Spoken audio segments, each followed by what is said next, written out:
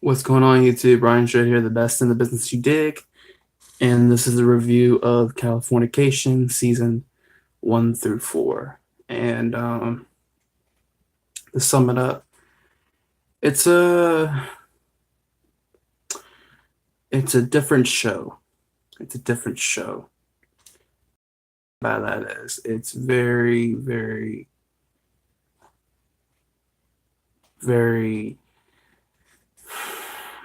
It's very different in a way that not a lot of viewers would. I know wouldn't wouldn't really sit through and watch through the whole show. Meaning, you got to have an opening mind going into the show. With that being said, this character is based. The main character, his name is Hank Moody. Um, he's pretty much every man's dream of becoming. Pretty much, he is like a male version of a whore.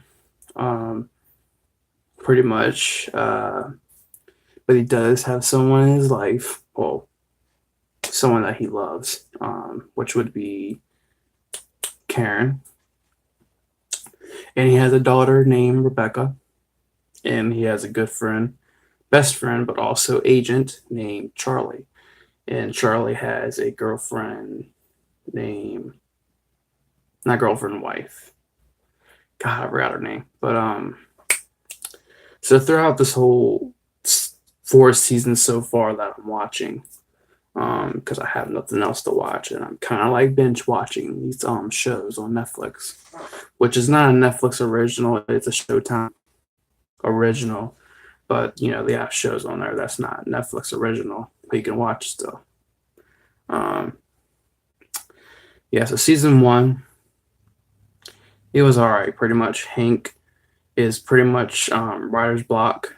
Pretty much, which that means is he can't really write anything because he has no ideas. He's not motivated to write because he's a writer. He writes books. Just came off a screenplay of his book that he wrote, kind of like they do for Harry Potter and Twilight. And so he's trying to get into that groove again, the right, which I can relate to a little bit. Um, and along the way, his wife and him, well, ex-wife, Karen, is with another guy about to get married, and had a daughter. He's trying to, reconnect. And throughout the whole seasons, they kind of showed that how before season 1, much of a how much pain he was going through, how much struggle he was going through, and how he handled it, which pretty much being a male whore slash drunk smoker. Well, he didn't smoke, but he drank a lot. And so throughout the whole show, pretty much, he is struggling to just, get back into groove of things. And, throughout the whole time, he ends up getting in a intercourse with a intercourse. He pretty much have sex with a 16-year-old girl. Well, he didn't know until the guy that Karen's seeing is the guy that's his daughter that he ended up sleeping with. So pretty much, another twist. Uh, they really don't tackle that issue that much until season 4. Well, into season 3, going into season 4. And so pretty much with that show, season 1 is pretty much him, just trying to. It just we learn about the character, we learn about what he's going through and what he wishes and he doesn't want to have. It was kind of a little bit boring, but there was little things that kept me in the show. Like instance, the father and daughter relationship between him and his daughter, which is Rebecca. And I gotta say I swear, you can have a movie that's a pile of shit. But if you have a father and daughter, relationship in that whatever TV show or movie, it's some reason it works out. And I've never seen it fail. And definitely does not fail in this show.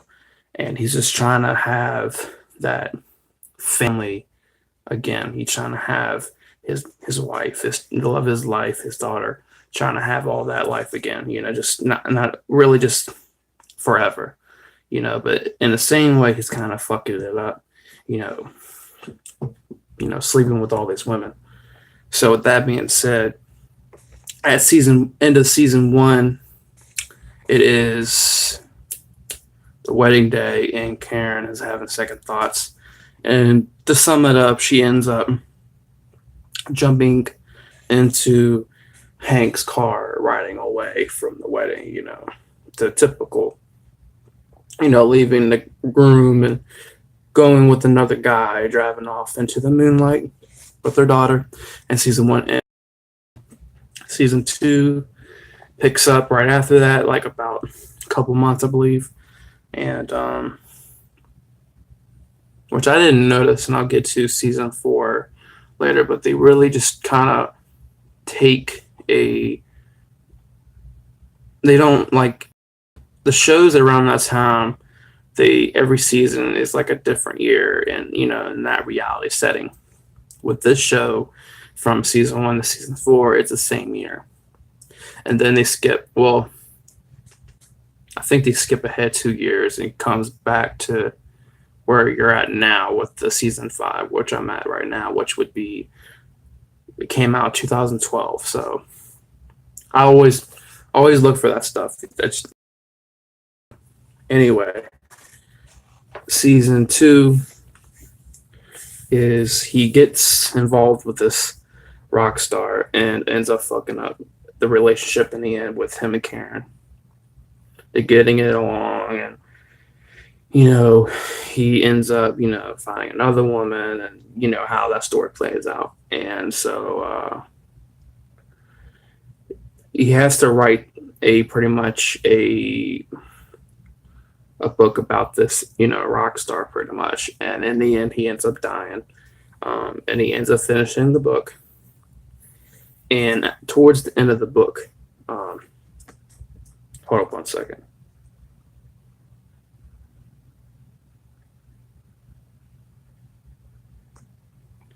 And he and he runs into the issue, which will bring you into season. No, that's in season 3, I think. So I think I'm kind of mixed here. I think season 3 is she goes off. Yeah, because season 2 is going to New York and leaving Hank and Rebecca back. And season 3, he had to step up and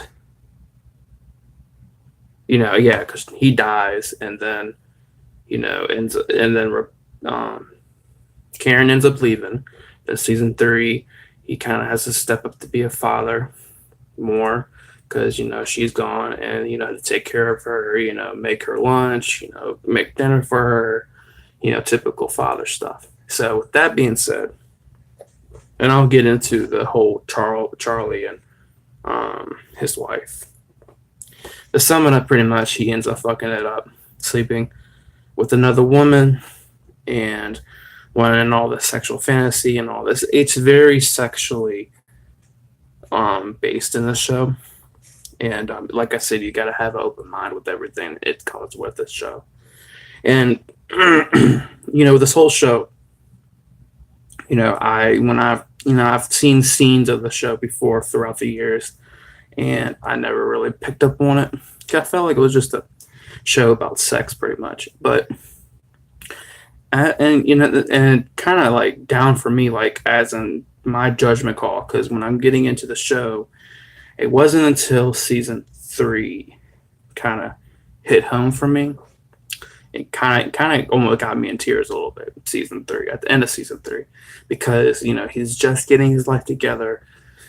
he's trying to make it right after, season three. He's like this, not professor, but he helps in this class and, ends up sleeping with the student and the teacher, then the dean's wife. Sum it up pretty much.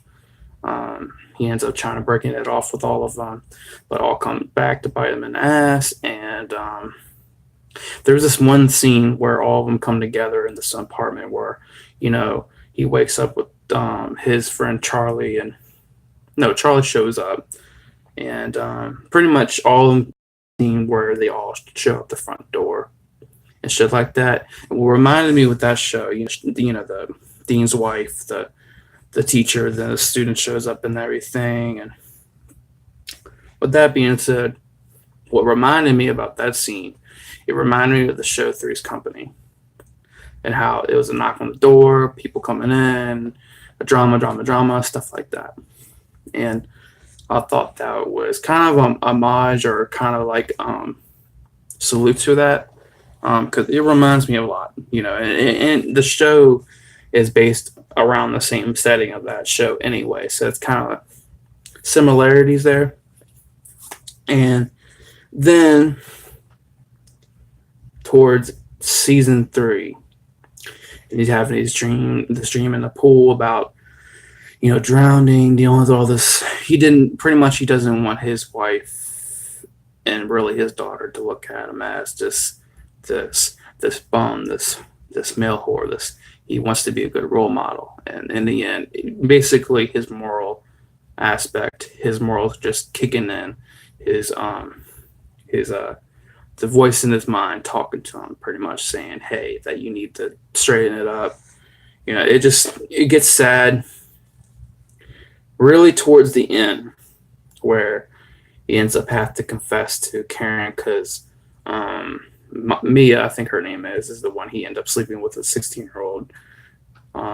He gets with this other guy, like an agent slash boyfriend, threatens to go public with everything, wants to make a big scene about it so he can reclaim the book, because apparently she's having writer's block because she can't really write in the first place because she stole and I forgot that part. So Mia, the girl that he slept with, the 16-year-old, he wrote a book about that, and she stole the book without being published and claimed it was hers, and she used the whole, how that all goes. So pretty much later on towards the end of season three, it comes back to bite them in the ass. Like season three as a whole, it's all about that you can't just, everything comes around, full circle. That's what season three was about. Season four, by the way, the best good intro with Charlie sitting out there, him coming out the police station because, after telling Karen about what he's done, it's just a sad scene. He's trying to chase her down the street because she's so upset. Cops show up, he gets arrested and shit. But season four, in the beginning of that, when he's coming out the police station, and Charlie's sitting there with his dark shades, the daredevil shark shades they got there, California style, sitting there with his head cocked up like this, and he's walking out smoking a cigarette. I thought that was badass. But season four is him trying to, his life. It just shows he gets very low, and they're gonna. If the word's out that that writing, that book that Maya stole is his. That's his writing, and he knew this was gonna happen because everyone knows his writing, and it's very similar to his work. Basically, in the end, season four, he's found guilty of the rape charge. They kind of trick you. They say that you think he's going to get, I think, 2 years or 3. But really, it is probation or something like that. And community service and yada, yada, yada. Basically, to sum it up, season 4 ends on a good note. He doesn't have to go to jail. He can spend time with his daughter. Not see him in visit in jail. Instead, he can be outside. It's good, dandy. And he's finally realize, trying finally getting on the right path. And season 4 ends with him pretty much riding off into the sunset, and and everyone living happily ever after. And Charlie being Charlie, I didn't really speak on him that much. Pretty much his story is he's trying to he's living his best life, having sex, and then towards the end, he's trying to reach the goal of hitting 100 women to sleep with, and fuck. And so pretty much in that story, little line there ends. In season 4, he kind of I'll leave it for season 4, but yeah. So season 1, 2, and 3, and 4. If I had to give a rating for all 4 of those, season 1 I'll definitely give a 7.8 out of 10. Give season 2 I'll give it a solid 8, just because some of the things in season 2, especially between him and the rock star and learning about the rock star, kind of opening about the whole rock star lifestyle and how a relationship dies in Hollywood, stuff like that. So I'll give it an 8. And season 3, I definitely would have to give that an 8.8, just because the ending of it just really it was sad, and just some parts hit home with me, and so I definitely want to give that a 8.8. And season 4, definitely would have to give that a 8.9, because there's some, like I said, like for season 3, there are parts in season 4 that kind of hit home as well. And definitely the whole dream thing, the dream scenes he had really was excellent and good, and sold me into the show. And and all the characters are great. There's one issue I have with the show, and there's little bits, but the one I have the most is I feel like they bring in characters like what's his name, that was Karen's boyfriend in season 4. They kind of pretty much write him off. I'm pretty sure there's a backstory to that back in the day, so I'm not going to delve deep into that. I feel like there's some characters they bring in and throw away, and it's kind of like it beats the purpose of their characters in a way. It's kind of like, okay, I'm going to see you like either 2 episodes or 1 season, and that's it. But they do stay true to the characters they have from season 1 to now, and where I'm at. And so some really big character development between the family of Hank, Karen, and Rebecca, and Charlie and his wife. I still can't remember her name. But anyway, so Californication season 1, 2, 3, and 4 review. And if you did like this review of the season of 1, 2, 3, and 4 of Californication, hit the like button, comment down below, and tell me what you think about the show. And please subscribe. And if you didn't like the show, and if you didn't like my review of the show of season 1, 2, 3, and 4, and then you can kick rocks. Trying to keep it PG here. Even I just said like that for like 2 times. So yeah, you can kiss my wet ass if you didn't like this review. But still, comment down below and tell me how much you hated it. But if you really want to hate my content, go subscribe to my content. But other than that, yeah, that's my review of season 1, 2, 3, and 4 of Californication. And I will give you season 5, 6, and 7, because there's only 7 seasons, when I finish the other 3. And I'll get back to you on that. So yeah. So that's my review, and I'll see y'all next time. Peace.